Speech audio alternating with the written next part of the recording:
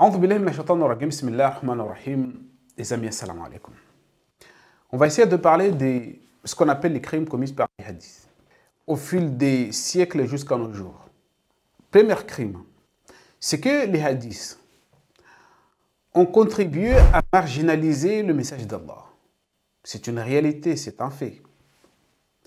Que les hadiths, les récits attribués, en général les récits attribués aux prophètes, que ce soit les prophètes d'avant le messager Muhammad, de Isa ibn Maryam, de Moussa, de Muhammad, de tous ces messagers, les récits qu'on les a attribués ont largement contribué à marginaliser le message divin.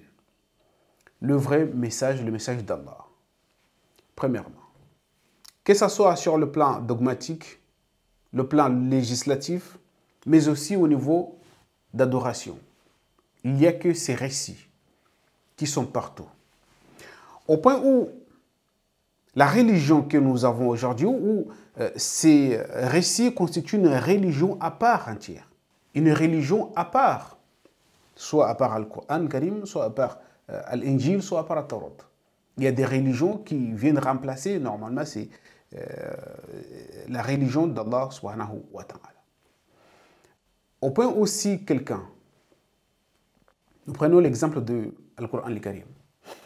Si quelqu'un prend 2 minutes, 2 minutes c'est beaucoup, à parler du Coran uniquement, sans piocher à gauche à droite des hadiths, des imams, des traditions, ces personnes est automatiquement déjà coraniste.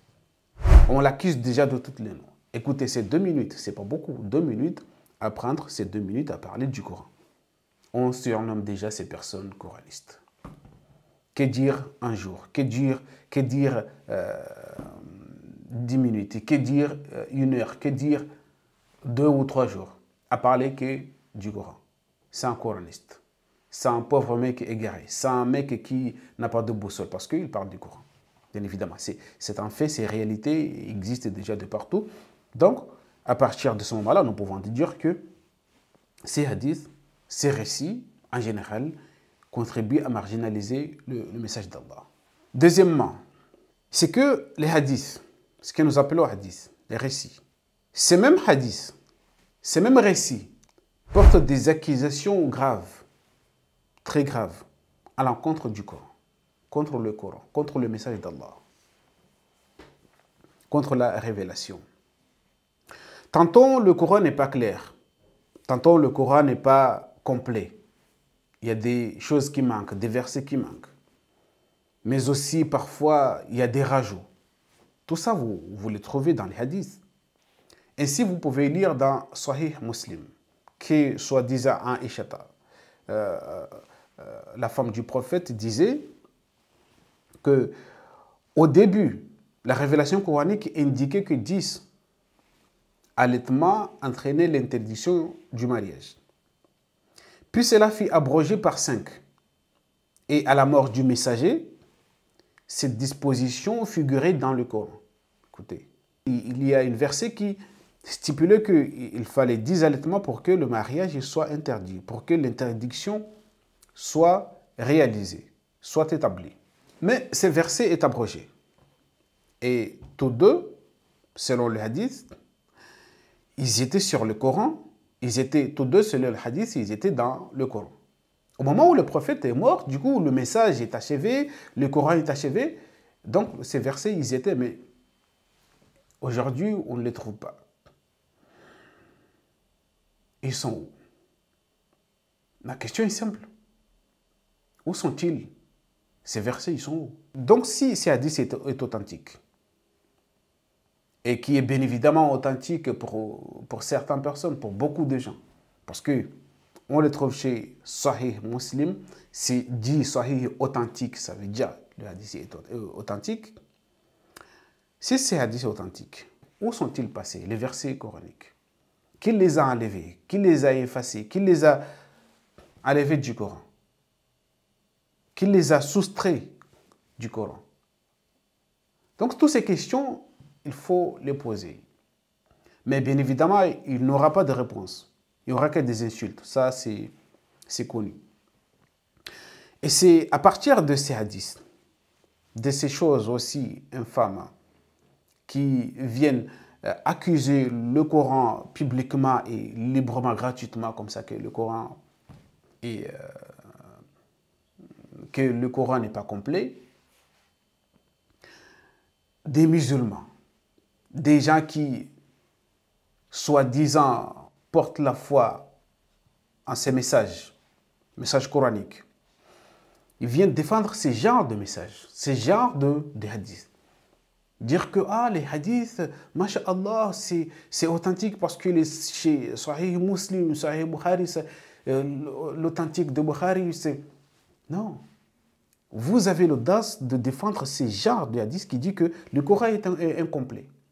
Qu'il y a des versets normalement qui devaient être, mais ils ont été enlevés. Qui les a enlevés? Ils ne vont pas manquer d'accuser des pauvres bestiaux qui se sont et qui les ont mangés, mais non.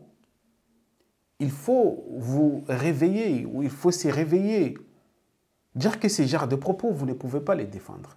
Et il y en a beaucoup. Il y en a tellement qu'on ne peut pas les compter.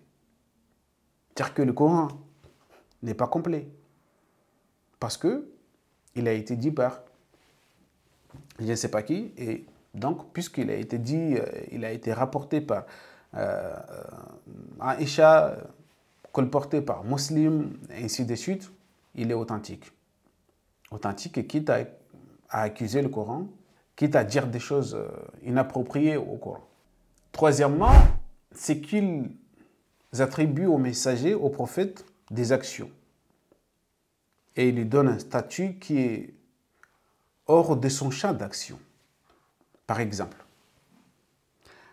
le prophète avait la capacité, selon eux, de rendre illicite ou licite une chose, haram ou halal. Alors que nous savons tous que c'est droit de l'illicite et licite, de rendre quelque chose licite ou illicite, est exclusivement Allah. Personne d'entre ces messagers n'avait pas ce droit de déterminer ce qui est licite ou illicite, de déclarer licite ou illicite. Non. Aucun messager n'avait ce droit. C'est exclusif, c'est exclusivement réservé à Allah, le Tout-Puissant. Mais bien évidemment, selon les Bukharistes, le prophète avait le droit de rendre licite et illicite. Et pourquoi, si c'est que vous dites est vrai, le prophète s'est interdit des choses, non, on n'en sait rien. Dans Surat al-Tahrim, il s'est interdit des choses, Allah subhanahu wa ta'ala l'a interpellé pour lui dire que non, c'est pas bien ce que tu as fait.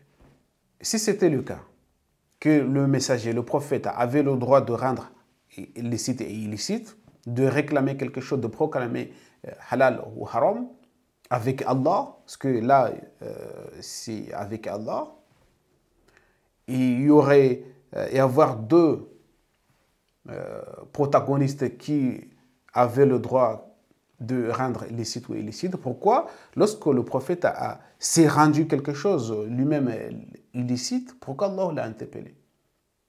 Ça, Allah subhanahu wa ta'ala l'a dit dans Surat, je crois, dans Surat al-Mu'minun, que s'il y avait deux ilahs, لو كان فيهما آلهة إلا الله لفسدتا. S'il y avait deux ilahs, deux commandeurs, ça allait être le bordel parce que chacun aurait dit bon, moi je rends ça licite, toi tu dis non, ça c'est pas licite, lui il dit non, mais c'est impossible.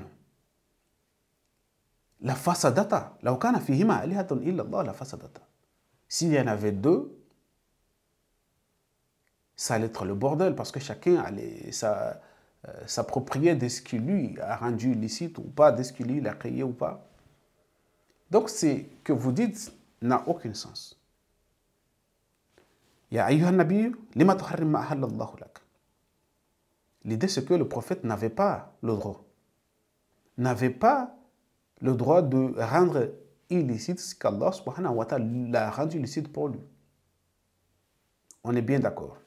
Aussi, dans Surat Al-An'am, Allah subhanahu wa ta'ala, puisque c'est le seul qui décide, ça il faut bien le comprendre, qu'il n'y a que Allah subhanahu wa ta'ala qui décide, et le messager, lui, il ne fait que communiquer ce qu'Allah a décidé, ce qu'Allah a légiféré. Le messager, lui, il n'a de rôle que tout simplement communiquer. Allah subhanahu wa ta'ala dit à son messager de dire, Kul, dit, ta'ala, venez jusqu'à moi. Atlou, que je vous communique. Atlou, ainsi, parce que le plus important, c'est quoi? C'est la communication. Je viens que je vous communique ce qu'a rendu illicite, au haram, votre Seigneur. Ce n'est pas que Atlou ma harama rabbukum alaykum et moi, ce que votre Seigneur a rendu illicite, est-ce que moi j'ai rendu illicite? Non, uniquement Allah, ma harrama rabbukum alaykum. Ce que vous a interdit formellement votre enseigneur. Venez que je vous communique ce qu'a rendu illicite, ce qu'a rendu interdit, catégorique, votre enseigneur. Et c'est tout. Donc cela nous montre que il n'y a que Allah qui a ce droit. Et si vous ne croyez pas au Coran, bien évidemment que vous ne portez pas foi en la totalité du Coran, au moins essayez de vous référer à vos récits, vos hadiths. Parce que selon même vos récits, ce prophète n'a pas le droit de rendre licite ou illicite. Il vous a renvoyé dans le Coran. Fa'alaykum bi kitabillah. Ahillu halala wa harrimu harama. Vous pouvez trouver ça dans le Musnad, dans le livre des hadiths de Imam Ahmad.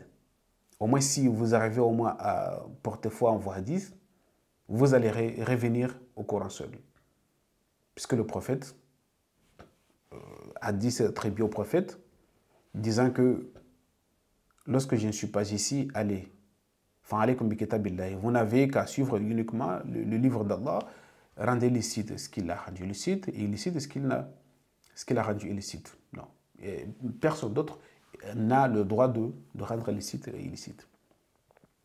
Ainsi, dans un aussi récit attribué au prophète, qui est dans Sahih Muslim, qui a dit, ô vous gens, ayyuhan nasu, innahu laysa li at-tahrim ma ahalallah. Il ne m'appartient pas à moi de rendre illicite, d'interdire catégoriquement ce qu'Allah ne l'a pas fait. Ce qu'Allah a rendu illicite, ma ahalallah. Même ces récits, vous dites de retourner dans le Coran. Parce que le prophète n'a pas le droit de rendre halal ou haram. Il n'y a que Allah qui revient ses droits. C'est tout. Et uniquement Allah. Il n'y a que Allah qui a ce droit. Allah est uniquement Allah. Et on ne peut le trouver que dans le message d'Allah. Dans le message révélé d'Allah. Donc ce sont les crimes. Parce que le mot crime utilisé dans le Coran, al-jarama, aussi véhicule ces sens, le fait de s'éloigner, le fait de dénier, le fait de dénigrer le message divin. Donc, les hadiths que l'on attribue au prophète, que l'on appelle des hadiths, les dires des anciens, jouent bien le rôle de jarama, de crime. Donc, les crimes, c'est, comme nous avons dit, premièrement, c'est essayer de contribuer à marginaliser le Coran, que le Coran devienne des sources marginales. Deuxièmement, c'est qu'ils accusent le Coran gratuitement, que le Coran, il y a des versets qui manquent, il y a des rajouts, il y a des choses qui n'existaient pas auparavant.